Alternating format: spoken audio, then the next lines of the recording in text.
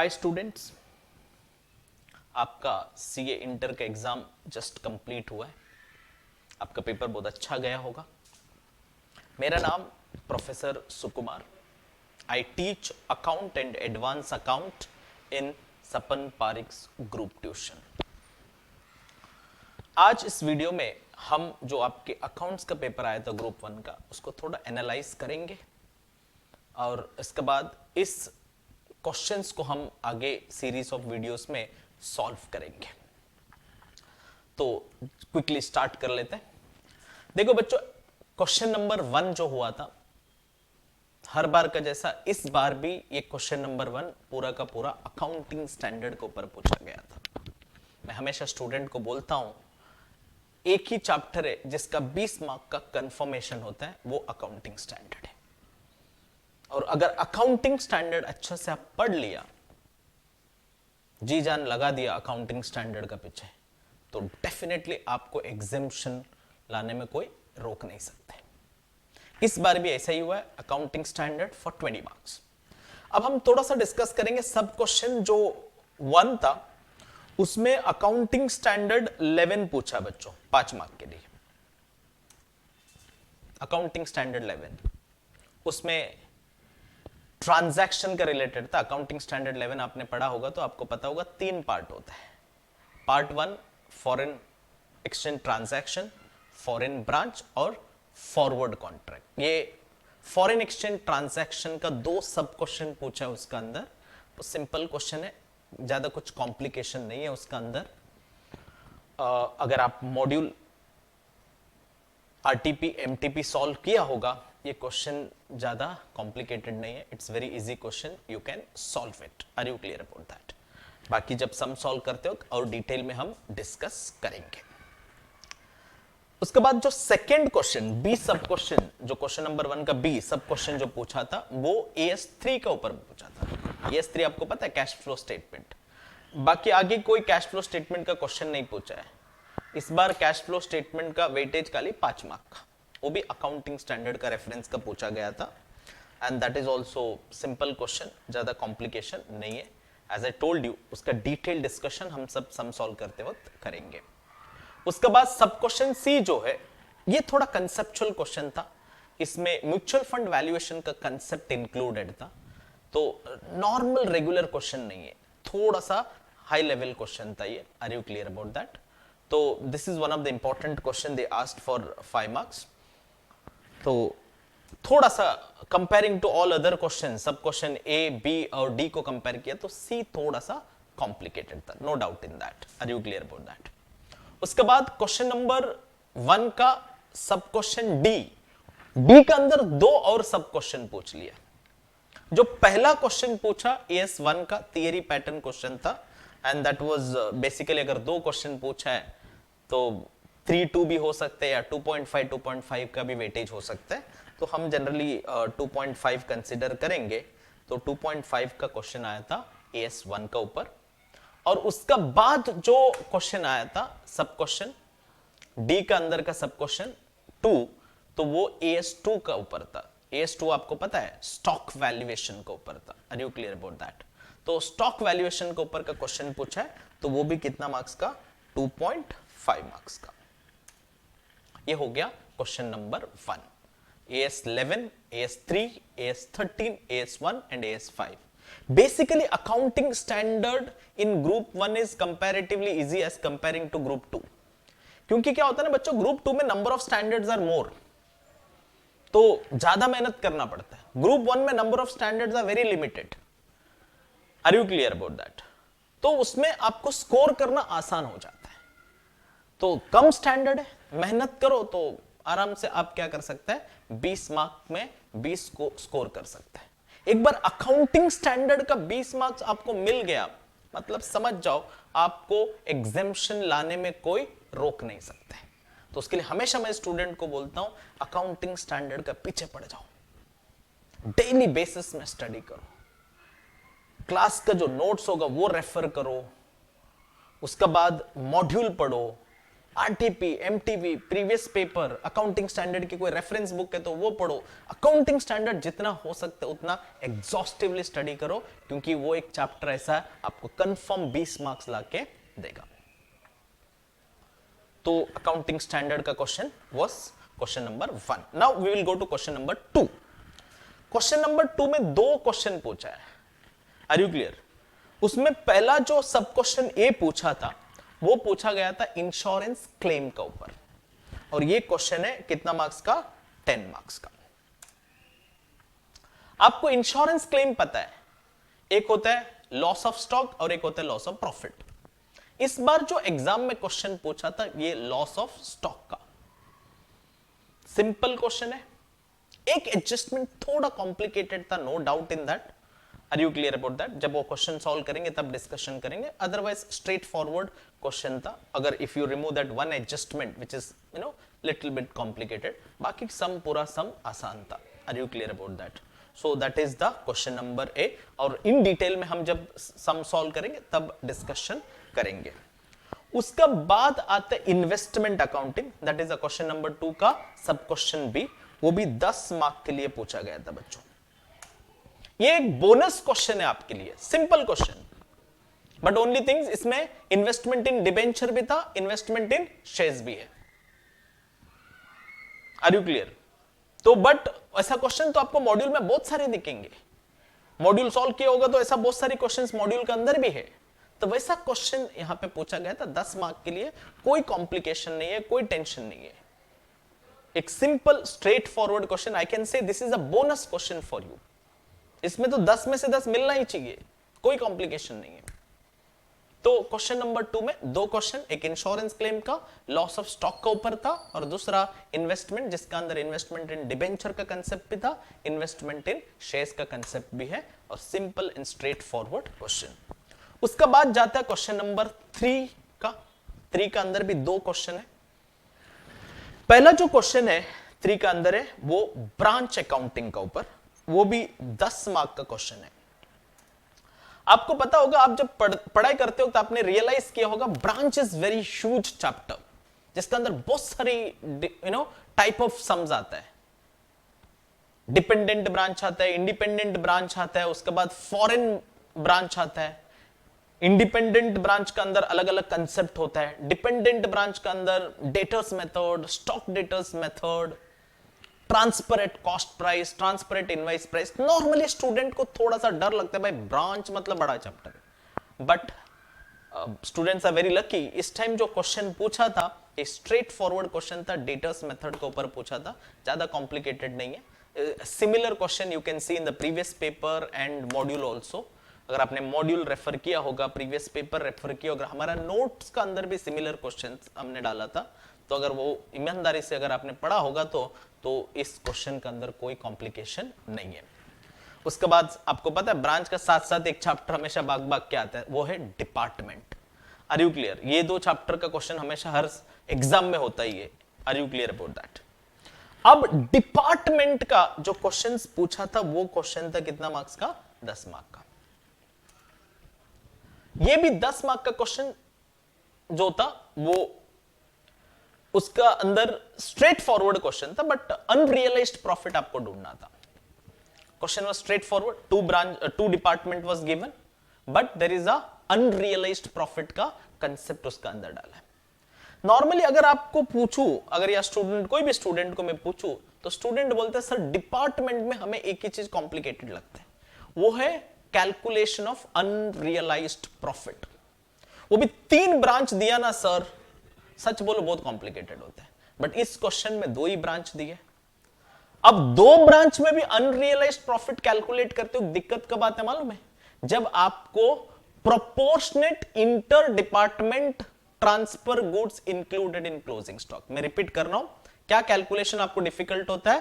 Calculation of proportionate inter department transfer goods included in the closing stock, वो हमेशा complicated होता है। But इस क्वेश्चन में वो भी आसान कर दिया है, उन्होंने परसेंटेज प्रोपोर्शनेट ऑलरेडी दे दिया आपको। क्लोजिंग स्टॉक के अंदर कितना percentage inter department goods included है, डायरेक्टली स्ट्रेट फॉरवर्ड दे दिया, and that's why it is उसके लिए मैं बोलता हूं ये बहुत सिंपल क्वेश्चन है, कोई कॉम्प्लिकेशन नहीं है, क्योंकि वही कॉम्प्लिकेटेड होता है। Proportionate inter department goods included in closing stock calculate करना थोड़ा सा दिक्कत होता है, बट इसमें वो डायरेक्टली दे दिया, कोई टेंशन नहीं है।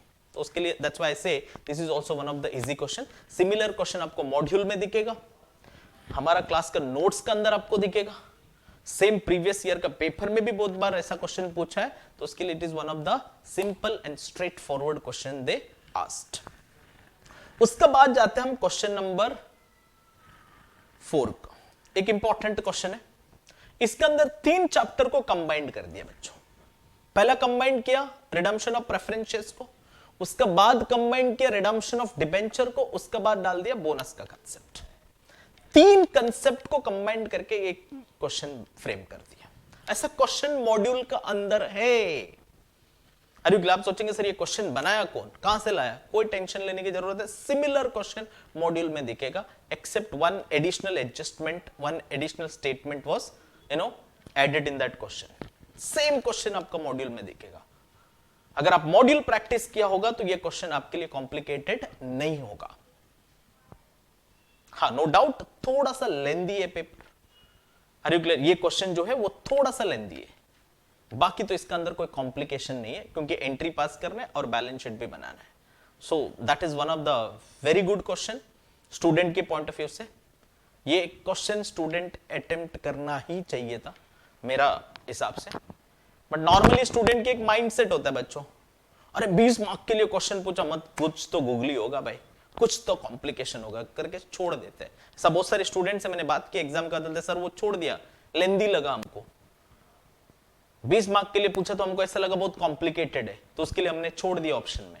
एक्चुअली नहीं छोड़ना चाहिए था, नो डाउट थोड़ा लेंदी है, खाली जर्नल एंट्री पास करना है, फटाफट स्पीड बढ़ना चाहिए और बैलेंस शीट बनाना है। 20 मार्क आपका किसी में आ गया, बट नो डाउट कुछ स्टूडेंट उसको सॉल्व नहीं किया, that may be wrong selection of the student, I can say. Are you clear about that? उसका बाद हम जाएंगे क्वेश्चन नंबर 5 में बच्चों। ये भी जो क्वेश्चन है 12 मार्क के लिए पूछा है, पीपीए, ये भी दूसरा bonus, simple question, straight forward question. अगर पीपीआई के अंदर बात करें ना बच्चों, हमेशा स्टूडेंट्स क्या बोलते हैं मालूम है, पीपीआई में मेरे को क्या कॉम्प्लिकेटेड लगा। तो स्टूडेंट को जब मैं पूछता हूं भाई पीपीआई चैप्टर में आपको क्या कॉम्प्लिकेटेड है बताओ, तो स्टूडेंट्स हमेशा बोलता है सर सेल्स रेशियो कभी कभी बहुत ट्विस्ट करके देता है। इस क्वेश्चन का अंदर स्ट्रेट फॉरवर्ड सेल्स रेशियो पूछा है, that is one of the advantage to the student. बाकी कुछ भी डिफिकल्ट नहीं है। उसके बाद इनकम एंड एक्सपेंडिचर को रेशियो के हिसाब से क्या करना है बच्चों, प्री एंड पोस्ट में डिवाइड करते जाने का, और हर इनकम एंड एक्सपेंडिचर आपका मॉड्यूल के अंदर है। बहुत सारे स्टूडेंट्स मुझे बोले sir politic donation given to political party कभी आया नहीं है, बट मॉड्यूल के अंदर है वो point. It will goes to post incorporation period. जो मॉड्यूल सॉल्व किया होगा ये क्वेश्चन उसको यूं सॉल्व कर देगा वो 5 मिनट में, 10 मिनट के अंदर क्वेश्चन खत्म, कुछ भी नहीं है। Straight forward and simple question was asked, and investment के बाद ये एक दूसरा बोनस है आपके लिए, 12 मार्क्स आराम से आपको मिल जाएगा, कोई मार्क्स काटने का सवाल ही नहीं उठता है। एक स्ट्रेट फॉरवर्ड सिंपल क्वेश्चन था। उसका साथ उन्होंने एक 8 मार्क का क्वेश्चन पूछ लिया, वो है हायर परचेस। अब ये हायर परचेस में रीपोजिशन का कंसेप्ट है। हर चैप्टर में कॉम्प्लिकेटेड पॉइंट होता है बच्चों, स्टूडेंट हमेशा बोलते हैं सर ये मुश्किल है। Are you clear? जैसा मैंने बोला ब्रांच में बहुत सारी कॉम्प्लिकेटेड कंसेप्ट होता है, डिपार्टमेंट में खाली अनरियलाइज्ड प्रॉफिट कैलकुलेट करना कॉम्प्लिकेटेड होता है। वैसे ही हम पीपीआई की बात करें, सर सेल्स रेशियो कॉम्प्लिकेटेड है। इसमें हायर परचेस के अंदर अगर स्टूडेंट को पूछो क्या कॉम्प्लिकेटेड लगता है, वो बोलेगा रीपोजिशन कॉम्प्लिकेटेड है सर। तो वो रीपोजिशन का कंसेप्ट हायर परचेस का अंदर डाला है। Are you clear? But simple question है, नो डिफिकल्टीज, बट आगे जो भी पॉइंट है वो बाद में हम जब सम सॉल्व करेंगे तब डिस्कशन कर लेंगे बच्चों। बट बहुत सारे स्टूडेंट ये क्वेश्चन ऑप्शन में छोड़ दिया, जैसे वो रीपोजिशन देखा रहे हायर परचेस में रीपोजिशन कॉम्प्लिकेटेड होगा, चलो भाई छोड़ो, हायर परचेस भी छोड़ दिया, पीपीआई की जो बोनस का 12 मार्क्स भी चले गया। समझा आपको? तो छोड़ना नहीं चाहिए था, क्योंकि this is PPA was very easy question. No doubt hire purchase में थोड़ा वो रिपोजिशन पॉइंट, वो भी अगर आप मॉड्यूल में या सम सॉल्व किया होगा क्लास का तो वो ज्यादा कॉम्प्लिकेशन उसमें नहीं है। उसके बाद हम आते हैं लास्ट क्वेश्चन बच्चों, वो है अपना क्वेश्चन नंबर 6। इसमें क्या होता है ना, 5 क्वेश्चन दिया रहता है हमेशा, आपको कोई भी 4 अटेम्प्ट करना है। उसमें पहला क्वेश्चन जो पूछा 5 मार्क के लिए, मैंने वहां पे लिखा बेसिक। आप बोलेंगे सर ये चैप्टर कौन सा चैप्टर से क्वेश्चन आया था? जब हम क्वेश्चन पढ़ा ना बहुत सारे स्टूडेंट कंफ्यूज हो गए, ये कौन सा चैप्टर में हमने पढ़ा है? आपका इंटर में कोई चैप्टर के अंदर वो नहीं है बच्चों, बट आपने अकाउंटिंग कंसेप्ट पढ़ा होगा 11th स्टैंडर्ड में। जब हम जर्नल एंट्री पास करते हैं ना बच्चों, तो नॉर्मली जब आप जर्नल एंट्री पास करते हैं तो उसके अंदर 2 कंसेप्ट होता है। एक होता है ट्रेडिशनल मेथड। ट्रेडिशनल मेथड मतलब क्या होता है? Journal entry will be passed based on the golden rule, debit what comes in, credit what goes out, ऐसा। दूसरे एक जर्नल एंट्री हम पास कर सकते हैं बेस्ड ऑन इक्वेशन। उसमें कंसेप्ट आता है assets minus liabilities equal to capital. अगर एसेट्स में चेंज हुआ तो कैपिटल में क्या चेंज होगा वो आपको बताना है। सिंपल स्ट्रेट फॉरवर्ड क्वेश्चन था, बट बहुत सारे लोगों को समझ में नहीं आया कौन सा चैप्टर का, ये ढूंढने के पीछे पड़ गया वो लोग, तो उसके लिए उन्होंने, बहुत सारे स्टूडेंट ने इसको ऑप्शन में छोड़ा है। Are you clear? उसके बाद आता है मैनेजरियल रेम्यूनरेशन। आपको पता है मैनेजर को जब हम रेम्यूनरेशन देते हैं ना बच्चों, हम बेसिकली रेम्यूनरेशन 2 बेस में देते हैं। एक है प्रॉफिट का बेस में, दूसरा कैपिटल का बेस में। तो ये जो क्वेश्चन पूछा इफेक्टिव कैपिटल कैलकुलेट करने का क्वेश्चन, बहुत सिंपल और 5 मार्क का क्वेश्चन, ये भी वापस बोनस है। Are you clear about that? उसका बाद जो आता है बेसिक कंसेप्ट ऑफ मेजरमेंट। आपको एक 5 मार्क का थियरी क्वेश्चन पूछा है, what is the concept of measurement, वो एक्सप्लेन करना था आपको। तो वो भी हम 11th स्टैंडर्ड में पढ़ा है। फाउंडेशन का थियरी अगर आपने रीड किया होगा फर्स्ट एंड सेकंड चैप्टर, उसका अंदर ये कंसेप्ट है मेजरमेंट कंसेप्ट, तो that was asked for 5 marks. उसका बाद जो क्वेश्चन पूछा है option D, redemption of debenture का क्वेश्चन पूछ लिया बच्चों, कितना मार्क का? 5 मार्क का।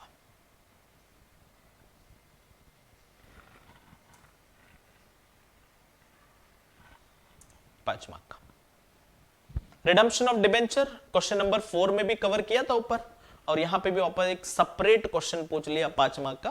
That was also straight forward simple question, convertibility का कंसेप्ट को इंक्लूड करके वो क्वेश्चन फ्रेम किया है। और लास्ट क्वेश्चन वेरी सरप्राइजिंग, बहुत सारे स्टूडेंट को ये चैप्टर समझा ही नहीं, ये क्वेश्चन ही नहीं समझा, ये कौन सा चैप्टर का वो भी नहीं समझा। एक्चुअली ये जो क्वेश्चन था बच्चों, ये सिंगल एंट्री का था। Are you clear? अगर आप क्वेश्चन वो प्रॉपर्ली रीड किया होगा, उसमें उन्होंने क्या बोला आपको बोला credit sales, total sales, gross profit calculate करना था। तो कौन सा चैप्टर में credit sales, total sales, gross profit का में जरूरत पड़ता है? That is single entry. बहुत सारे स्टूडेंट को ये जब क्वेश्चन पढ़ने के बाद उनको ऐसा लगा ये तो भाई रेशियो चैप्टर है। दोनों ग्रुप जिसने पढ़ा होगा तो उन्होंने यही सोचा होगा रेशियो चैप्टर का क्वेश्चन कैसा अकाउंट में पूछ लिया, but it is not relating to the ratio. Ratio का कंसेप्ट जरूर इसका अंदर है, बट ये क्वेश्चन जो है ये सिंगल एंट्री का। तो नॉर्मली जिसने सिंगल एंट्री बहुत पढ़ा होगा ना उसके लिए डिसअपॉइंटिंग पॉइंट है ये, क्योंकि सिंगल एंट्री बहुत पढ़ते हैं लोग, ये सोच के यार सिंगल एंट्री थोड़ा कॉम्प्लिकेटेड चैप्टर है, कभी पूछा तो 15-20 मार्क के लिए भी पूछ सकते हैं, बहुत मेहनत किया होगा उन्होंने, उन लोगों ने एग्जाम में बहुत डिसअपॉइंट हुआ रहेगा, क्योंकि सिंगल एंट्री का कुछ भी इंपॉर्टेंस नहीं दिया पेपर के अंदर, खाली 5 मार्क का लास्ट में पूछ दिया, बाकी किधर भी सिंगल एंट्री का रेफरेंस नहीं है। Are you clear? सो थोड़ा सिंगल एंट्री जिन्होंने सोच के आया था सिंगल एंट्री बहुत अच्छा पढ़ा हूं, सिंगल एंट्री का क्वेश्चन आ गया तो पहला सॉल्व करूंगा, उनके लिए जरूर ये डिसअपॉइंटमेंट है। Are you clear about that? तो this is what is the paper is to be. अब बच्चों अगर हम जनरली बात करो इस पेपर के अंदर किस चैप्टर को उन्होंने इग्नोर किया है, एक तो फाइनल अकाउंट का इतना इंपॉर्टेंस नहीं दिया, और दूसरा कैश फ्लो स्टेटमेंट का इतना वेटेज नहीं दिया। वो एक 5 मार्क के लिए कैश फ्लो का अकाउंटिंग स्टैंडर्ड का रेफरेंस का क्वेश्चन पूछा है, बाकी full fledge question cash flow statement का नहीं पूछा। बाकी सब चैप्टर को इंस्टीट्यूट ने टच किया है, सब चैप्टर का क्वेश्चंस उन्होंने पूछा। हाँ, नो डाउट सिंगल एंट्री भी वही कंसेप्ट है, सिंगल एंट्री का भी ज्यादा वेटेज नहीं दिया। मतलब ये 3 chapter, final account, cash flow statement, single entry का इतना इंपॉर्टेंस नहीं दिया। बाकी सब चैप्टर को टच किया, वेटेज दिया। Are you clear? और सबसे ज्यादा वेटेज रिडम्पशन चैप्टर को दिया है, redemption of preferences, redemption of debenture. वो जो कंपनी अकाउंट्स का जो सेकंड पार्ट है, redemption of preferences, redemption of debenture and bonus issue, उसको ज्यादा इंपॉर्टेंस दिया। अगर आप देखेंगे 20-25 मार्क का इंपॉर्टेंस उसका है। अकाउंटिंग स्टैंडर्ड का 20 मार्क का इंपॉर्टेंस दिया है। बाकी सब चैप्टर का वेटेज सिंपल 10-10 मार्क का वेटेज आपको दिया है।